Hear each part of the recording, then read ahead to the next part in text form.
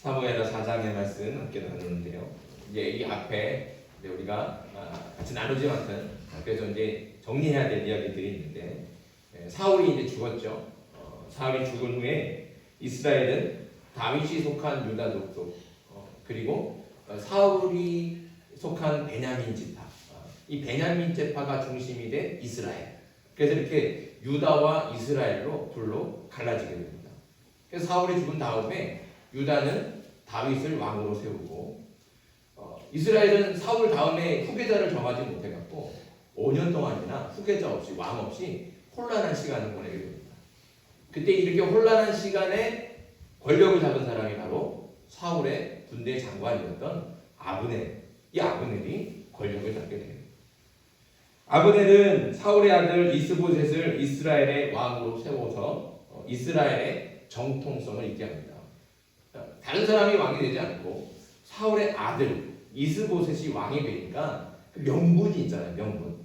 그리고 자기가 왕을 세웠으니까 자기도 칭찬을 줄 수 있고, 이제 왕을 이제 이스라엘의 왕을 세웠으니까 왕을 중심으로 이제 이스라엘이 잘 돌아가겠다 이렇게 생각하겠지만 실제 권력은 누가 갖고 있습니까? 아브넬이 갖고 있죠. 이스보셋은 사실 꼭두각시에 불과합니다. 그래서 모든 권력은 다 실세는 아브넬이 가지고 있는 거예요. 그죠? 이스보셋은 아브넬의 꼭두각시밖에 안 되는 거죠. 왜 이렇게 하고 있을까요? 자기가 뭐 충분히 아브넬이 왕이 될 수도 있거든요. 그런 권력이 있으니까. 근데 왜 그렇게 할까요? 왕 돼봐야 무거운 책임이 자기를 짓누르고 그 부담감이 있으니까 그거는 다 왕한테 다 책임을 떠넘기는 거예요. 그리고 자기는 권력의 단맛만, 쉽게 말하면 꿀만 쏙 빨아서 빼먹는 거예요. 권력의 힘은 자기가 다 누리고 그런 책임감이나 부담감은 다 이스보셋한테 떠넘긴 거예요. 그러니까 이 아브넬이라고 하는 사람이 얼마나 교활하고 간사한 사람인지 우리가 알 수 있습니다. 우리 식대로 얘기하면 정치 수완이 굉장히 좋은 사람이죠. 아주 정치력이 뛰어난 사람이에요. 그래서 겉으로 보기에는 왕을 이렇게 세운 사람이니까 이렇게 좀 칭찬받을 만하잖아요. 그런데 뒤에서는 다 자기가 권력을 다 쥐고 흔드는 사람이라는 거죠. 하지만 그 어떤 권력도 영원한 것은 없습니다. 더군다나 교활하고 간사한 계략으로 얻은 권력은 금세 바닥이 드러나고 또 멸망하게 되어 있죠. 아브넬의 권력이 그랬습니다. 실질적인 권력자, 이스라엘의 실질적인 권력자인 이 아브넬, 그리고 껍데기뿐인 이스라엘 왕 이 이스보셋, 이 두 사람이 한번 갈등하게 됩니다. 갈등 관계 때문에 서로 이렇게 부딪히게 되죠. 이 갈등을 계기로 아브넬은 이스라엘을 통째로 다윗에게 넘겨주고 자신은 통일 이스라엘의 2인자가 되겠다, 이런 결심과 계략을 세우게 됩니다. 아브넬은 그런 자신의 계략을 이루기 위해서 직접 이스라엘의 공식적인 사신이 돼서 다윗을 직접 찾아갑니다. 만나러 갔죠. 그래서 직접 다윗을 만나서 다윗에게 이스라엘의 왕위를 넘겨주는 조약을 냈습니다. 평화적으로 다윗, 당신에게 우리 이스라엘의 왕위를 당신에게 넘겨주겠다. 이게 가능한 이유는 아까 말씀드린 대로 이스라엘의 실권자는 아브넬입니다. 거기 이스라엘의 왕이 이스보셋이 있지만 그 사람은 아무 권력이 없어요. 그냥 꼭두각시에 불과해요. 아브넬이 올라가라 하면 올라가는 거고 내려가라 하면 내려가는, 그럼 파리 목숨 같은 그런 왕이 바로 이스보셋. 그러니까 왕을 무시하고 이 아브넬이 다윗을 찾아와서 이스라엘의 왕위를 이제 당신한테 주겠습니다 하고 평화조약을 내는 거예요. 그렇게 평화조약을 내는 거예요. 다윗이 이걸 거부할 이유가 있습니까? 다윗이 이건 거부할 이유가 없어요. 얼마나 좋은 기회입니까? 평화적으로 갈라졌던 유다와 이스라엘을 하나로 만들어서 통일을 이루고 그 통일된 나라에 자신이 왕위로 올라갈 수 있으니까, 그것도 피 한 방울 안 흘리고 평화적으로 할 수 있게 되니까 이걸 거절할 이유가 없죠. 그래서 다윗도 아브넬과 그 조약을 맺습니다. 하지만 다윗의 군대 장관인 요압, 이 요압의 사사로운 복수심 때문에 이 평화 조약이 깨지고 맙니다. 요압에게 아브넬은 동생 아사헬을 죽인 원수였어요. 전쟁터에서 아사엘이 아브넬을 쫓다가 도망가는 아브넬을 잡겠다고 아사엘이 쫓아가다가 그 아브넬의 창끝에 찔려서 이 막내 동생이 죽게 돼요. 그러니까 얼마나 원한이 깊이 쌓여 있겠습니까? 그러니까 아브넬을 생각하면 그냥 치가 떨리는 원수밖에 안 되는 거예요. 내가 이 원수를 언제 갚으리라? 언젠가는 반드시 갚으리라. 그 마음을 가지고 복수의 칼을 갈고 있어요. 그런데 아브넬이 다윗과 함께 평화조약을 맺고 돌아갔다는 거예요. 그러니까 이 요압이 그걸 참지 못하는 거예요. 그래서 사람을 크게 보내갖고 아브넬을 다시 돌아오게 합니다.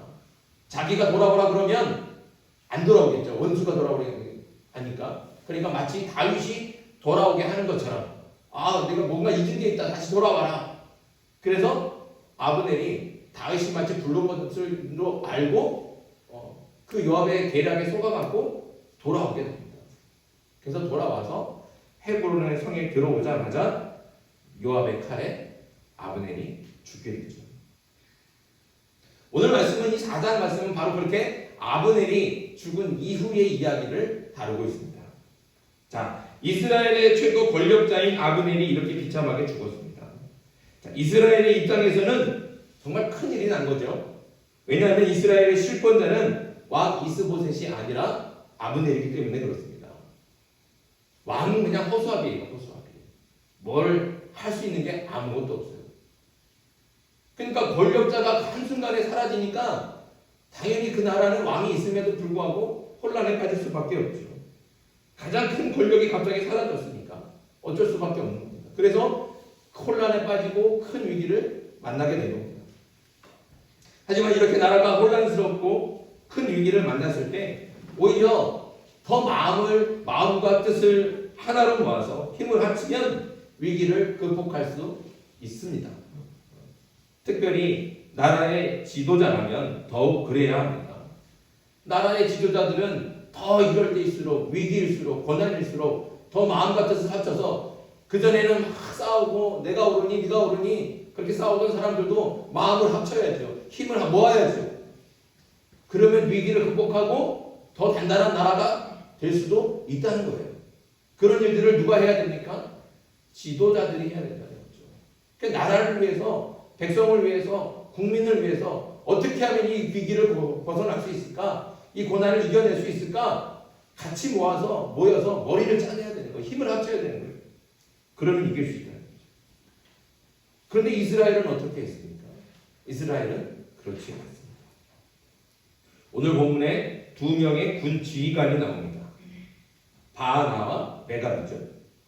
이 두 사람을 설명할 때 특별히 이스보셋에게 군 지휘관 두 사람이 있으니 라고 이렇게 설명하는 것을 보면 이 두 사람은 이스보셋, 그러니까 허수아비 왕 이스보셋의 최측근이라고 말할 수 있습니다. 실권자 아브넬의 그늘을 밑에서 힘도 없는 이스보셋이 그나마 믿고 의지하면서 힘이 돼 주었던 사람들이 바로 이 두 사람 바하나와 레갑이라는 것이죠. 자, 이렇게 이스보셋은 이 두 사람을 정말 의지하고 믿었던 사람. 그런데 이 두 사람이 어떻게 했습니까? 힘없는 왕을 배신했습니다. 이스보셋을 죽이고 그의 목을 가지고 다윗에게 간 겁니다. 바하나 레갑은 이스라엘의 군 지휘관으로 나라를 다스리는 지도자에 속합니다. 그런 지도자들이 왕과 힘을 합쳐서 위기에 빠진 나라를 구할 생각은 하지 않고 자기만 살겠다고 그렇게 왕을 배신한다. 바하나와 레갑은 속으로 이렇게 생각을 했을 겁니다. 아브넬이 죽었다. 이스라엘의 최고 권력자인 아브넬이 죽었으니 이제 이스라엘은 가망이 없어. 이대로 있으면 다윗의 군대가 와서 우리도 꼼짝없이 죽을 거야. 어차피 이스라엘의 왕은 다윗이 될 테니 이스보셋을 죽여서 그 머리를 가지고 가면 아마 다윗이 우리에게 큰 상을 주지 않을까? 그러면 우리가 목숨도 살고 통일된 왕국에서 한 자리 차지하고 출세할 수 있지 않을까? 그래, 우리가 살 길은 이거밖에 없어. 이렇게 생각하고 이스보셋을 배신하는 거예요. 나라가 어떻게 되든 백성들이 어떻게 되든 상관없이 자신들만 목숨을 부지하고 자기만 잘 살면 그만이라는 그런 이기적인 생각으로 이스보셋을 배신하고 죽였던 겁니다. 이렇게 삶의 가치를 출세와 성공에만 두고 자신의 이익을 위해서만 사는 사람은 믿음과 신의를 헌신짝처럼 버리고 배신을 손바닥 뒤집듯이 쉽게 하는 거예요. 어느 길이 출세의 길일까? 어느 길이 성공의 길인가? 어디가 더 이익이 되는가? 이것만 있으니까 믿음도 쉽게 져버리는 거예요. 신뢰도 다 깨트려버리는 거예요. 자기 이익을 쫓아서만. 그러니까 쉽게 배신하고 배반하는 것이죠. 그리고 악한 죄를 따라가는 겁니다. 욕심의 눈이 어두워져서 그것이 멸망의 길인지도 알지 못한 채 그렇게 달려간다는 것이죠. 거기 가면 내가 출세할 줄 알고, 거기 가면 내가 살 줄 알고, 내가 성공할 줄 알고 달려가는 거예요. 하지만 그 결말은 하나님의 엄한 심판밖에 없습니다. 바하나와 레갑이 자신들의 출세와 이익을 위해서 이스보셋을 배신하고 다윗에게 갔지만 다윗은 그 두 사람을 어떻게 했습니까? 단칼에 처형했습니다. 살 길인 줄 알고 다윗을 찾아갔지만 그 길은 무슨 길이었어요? 죽는 길이었어요. 멸망의 길이었어요. 우리 인생도 마찬가지입니다. 바하나와 레갑처럼 내 이익만 쫓고 출세와 성공만을 향해 달려가면 어떻게 되겠습니까? 나라가 어떻게 되든지 내 주변 이웃이나 다른 사람들이 어떤 피해를 당할지 이런 생각을 하지도 않고 우선 나만 살고 보자. 우선 나만 살고 보자. 이런 이기적인 생각으로 행동하면 그 결과가 어떻게 되겠습니까? 당장은 출세하는 것 같고 성공하는 것 같이 보여도 결말은 반드시 멸망의 길이라는 거예요. 죽음의 길이라는 것이죠. 그러면 우리가 어떻게 살아야 되겠습니까? 우리가 살아갈 때 어떤 기준을 가지고 살아야겠습니까? 제가 여러분 계속 설교 시간마다 강조하고 반복해서 말씀드리잖아요. 우리 삶의 기준이 어디에 있어야 됩니까? 출세와 성공의 기준이 있으면 안 된다는 거예요. 출세와 성공의 삶의 기준과 가치를 두고 살아가면 안 된다는 것이죠. 삶의 기준은 뭐가 돼야 되는 거예요? 하나님의 뜻을 기준으로 삼아야 된다는 것이죠. 그러니까 우리가 무엇이 나에게 이익이 될까? 이것을 생각하기보다는 하나님께서 무엇을 원하시는가? 하나님께서 기뻐하시는 것은 무엇인가? 이것을 생각하는 것이죠. 어디에 나의 이익이 있을까? 어디로 가야 내가 출세할 수 있을까? 이것만 찾아가고 쫓아가면 그 길은 반드시 멸망의 길을 간다는 거예요. 그러나 우리가 기준을 하나님께 두는 거예요. 어디로 가야 하나님께서 원하시는 길일까? 무엇을 해야 하나님께서 기뻐하시는 일일까? 이것만 바라보자는 거죠. 그래서 하나님을 기준 삼고 하나님의 뜻을 향해서 달려가는 사람이 그 사람이 진짜 성공하는 사람이고 그 길이 생명의 길이 되는 줄 믿습니다. 그러니까 비록 하나님을 기준으로 삼면 당장 눈앞에 보이는 건 손해일 수도 있어요.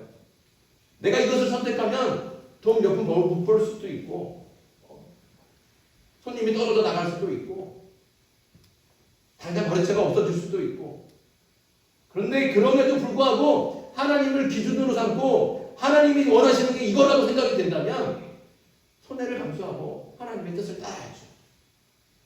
하나님을 기준으로 삼고 하나님께서 원하시는 것을 선택해야 된다는 겁니다. 그러면 당장에는 손해가 되고 당장에는 피해가 될 수 있지만 그러나 그 길이 하나님께서 기뻐하시는 선하고 의로운 길이 되는 줄 믿습니다. 그 길이 바로 생명의 길이고 그 길 가운데 축복이 있는 줄 믿습니다. 그러니 우리 인생이 성공과 출세, 내가 눈에 보이는 이것이 내 인생을 좌우하지 않게 해주시. 그래야 되는 거예요. 하나님을 기준으로 삼고 하나님의 뜻을 따라 언제나 선하고 의로운 길을 달려갈 수 있는 저와 여러분들에게 간절히 바랍니다. 오늘 말씀에도 또 한 명의 안타까운 사람이 있는데요. 바로 이스라엘의 왕인 이스보셋입니다. 아브넬의 죽음 이 소식을 들은 이스보셋이 어땠을까요? 사실 아브넬이 죽은 거는 이스라엘에게 큰 위기죠. 그렇죠? 큰 위기입니다. 분명한 위기죠. 그러나 위기는 반대로 기회가 될 수도 있습니다. 우리가 그런 경험했잖아요. 얼마 전에 우리가 한국하고 일본하고 무역 분쟁이 생겼잖아요. 그렇죠? 그래서 일본이 반도체 만드는 데 필요한 필수 물질들, 그걸 세척하거나 이렇게 반도체를 만들기 위해서는 반드시 우리나라 반도체 수출 1위 국가잖아요. 근데 반도체를 만들어서 수출을 해야 되는데 그 반도체를 만들 때 반드시 필요한 물질들을 일본에서 수입을 해야 한단 말이에요. 그런데 무역 분쟁이 생기니까 일본이 그 수입길을 막아버린 거예요. 일본에서 우리한테 물건을 보내지 않는 거예요. 우리는 큰 위기를 당했죠. 가뜩이나 경제가 위기인데 그나마도 반도체 수출을 해갖고 그것 때문에 경상수지 흑자를 받고 그래서 그거 가지고 살림살이 하고 있는데 일본이 그 수출길을 딱 막아버린 거예요. 그러니까 우리가 얼마나 큰 위기를 당했습니까? 그런데 그 위기를 우리가 어떻게 극복했어요? 오히려 기회로 살았어요. 그래서 일본의 의지에서 수입하던 물건들을 어떻게 했어요? 우리나라가 다 만들어냈어요. 우리나라가 직접 만들어냈어요. 그러니까 일본의 기술력 못지않게 우리나라 갑자기 기술이 상승하고 반도체를 만드는 자급률을 더 높였다는 것이죠. 그러니까 우리가 오히려 이 위기를 기회로 삼아서 오히려 반도체를 더 잘 만들게 되는 또 다른 해외에 의존하지 않을 수 있는 그런 기회가 됐다는 거고 오히려 일본이 더 어려워졌잖아요. 수출길이 막혔으니까. 우리나라가 큰 그런 수출의 아주 귀한 고객이었는데 그런 게 사라진 거예요. 그러니까 당장 수출할 수가 없으니까 일본 기업들이 어려움을 당하지 않습니까? 이렇게 위기지만 그 위기를 오히려 기회로 삼으면 오히려 더 단단해지고 강해질 수 있는 겁니다. 이스보셋의 입장에서도 바로 그렇다는 거죠. 그동안 이스보셋이 아브넬의 권력에 눌리고 그 그늘에 가려서 이렇게 기한 건 제대로 펴본 적이 없잖아요. 왕인데도 불구하고 큰 소리 내본 적이 없어요. 항상 이스보셋의 눈치만 보면서 기죽어 살고 있었어요. 그런데 그런 그늘이, 그런 권력이 사라졌잖아요. 물론 위기죠. 그러나 이스보셋이 정신을 차리고 이 위기를 기회로 삼아서 왕권을 회복하고 그래서 혼란스러운 이 나라를 질서를 다시 회복시키면 이스라엘 백성들이 우리 왕이 대단하네? 그러면 이스라엘 백성들이 이스보셋을 신임하고 이스보셋을 되게 의지하지 않겠습니까? 그러면 이스라엘 나라가 좀 더 혼란을 극복하고 그 위기 속에서도 오히려 더 단단한 나라가 될 수도 있었다는 것이죠. 그랬다면 이스라엘의 역사가 달라지지 않았을까? 이렇게 생각이 됩니다. 하지만 안타깝게도 이스보셋은 어떻게 했습니까? 오늘 말씀 1절 한번 보실까요? 1절 한번 같이 한번 읽어보겠습니다. 시작. 사울의 아들 이스보셋은 아브넬이 헤브론에서 죽었다 함을 듣고 손에 맥이 풀렸고 온 이스라엘이 놀랍니다. 아멘. 자, 여기 아브넬이 죽었다는 소식을 이스보셋이 듣고 어떻게 했어요? 손에 맥이 풀렸다. 손에 맥이 풀렸다는 게 뭐예요? 이게 힘이 빠져버린 거예요. 그 소식을 듣고서는 충격을 받아갖고 힘이 다 빠져버린 거예요. 그 아무것도 할 수 없는 무기력한 상태가 됐다는 거예요. 왜 이렇게 무기력한 상태가 됐겠습니까? 왜 힘이 빠졌겠어요? 나는 이제 죽었구나. 나 이제 끝났구나. 스스로 절망하고 포기합니다. 큰 위기에 빠진 나라를 구하기 위해서 정신을 차려야 될 왕이 낙심하고 절망한 채 어떤 대책도 세우지 않고 그저 멍하게 힘이 빠진 채 아무것도 하지 않고 그렇게 널브러져 있고 있다는 겁니다. 이렇게 무기력한 이스보셋을 잘 보여주는 말씀이 5절이에요. 5절. 우리 5절 말씀도 같이 한번 읽어보겠습니다. 5절 시작. 부에롯 사람 림몬의 아들 레갑과 바하나가 길을 떠나 볕이 쬐을 때 즈음에 이스보셋의 집에 이르니 마침 그가 침상에서 낮잠을 자는지라. 아멘. 지금 나라가 위기에 빠져 있어요. 큰 위기에 빠져 있어요. 그럼 그 위기를 극복해내야 될 왕인데 그 왕이 뭐하고 있습니까? 태평하게 낮잠 자고 있어요. 이게 될 말입니까? 혼란을 바로잡고 위기를 극복하기 위해서 밤을 새도 모자랄 텐데 그 왕이 정신줄 놓고 낮잠이나 자고 있어요. 그러니 그런 왕을 누가 신뢰하겠습니까? 그런 왕에게서 무엇을 기대할 수 있겠습니까? 결국 이스보셋도 배신자들에 의해서 비참하게 죽고 말았습니다. 사랑하는 성도 여러분, 오늘 말씀을 통해서 깨닫는 건 우리가 깨어 있어야 할 때 반드시 깨어 있어야 된다는 거예요. 잠을 잘 때는 자도 돼요. 그러나 깨어 있어야 될 때는 반드시 깨어 있어야 된다는 것이죠.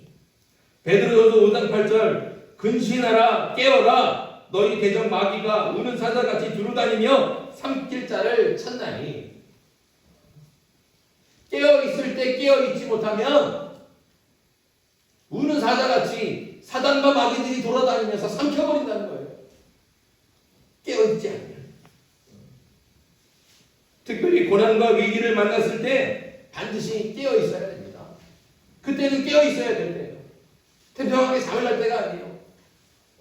포기하고 절망한 채 맹놓고 있으면 안 된다고요. 깨어 있어야 되죠. 그럼 깨어서 뭐 해야 되겠습니까? 기도해야 됩니다. 에베소서 6장 18절 모든 기도와 간구를 하되 항상 성령 안에서 기도하고 이를 위하여 깨어 구하기를 항상 힘쓰며 여러 성도를 위하여 구하라. 깨어서 기도하라는 거예요.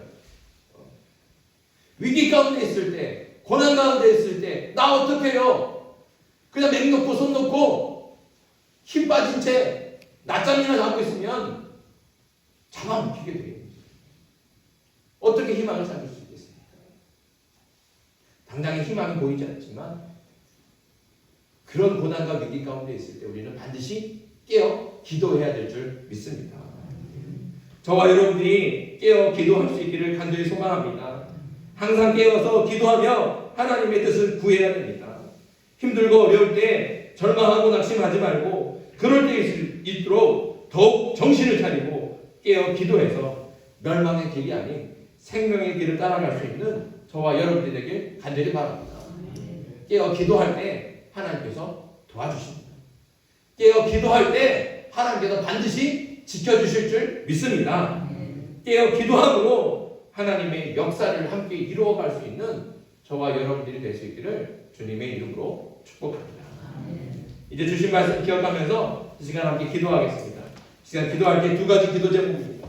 첫째는 무엇이 나에게 이익이 되는가를 생각하기보다 하나님께서 원하시는 것이 무엇인가 이것을 먼저 생각하며 하나님을 기준으로 살게 해 주시옵소서.